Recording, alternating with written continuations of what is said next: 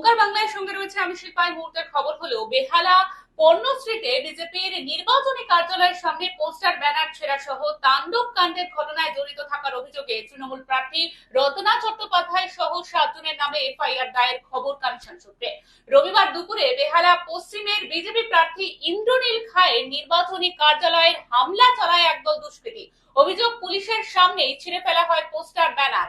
এর প্রতিবাদেই মিছিল করে পর্ণশ্রী থানায় গিয়ে বেহালা পশ্চিমের বিজেপি প্রার্থী এফআইআর দায়ের করেন। শুটিং এ সমুদ্রে ডুবে রাহুলের মৃত্যু।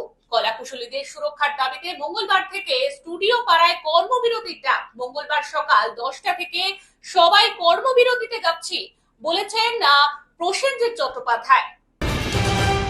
পশ্চিম মেদিনীপুর জেলার খড়গপুর শহরে সকাল থেকেই প্রচারে দিলীপ ঘোষ। খরিদা বাজার এলাকায় প্রচারে খড়গপুর সদরের বিজেপি প্রার্থী।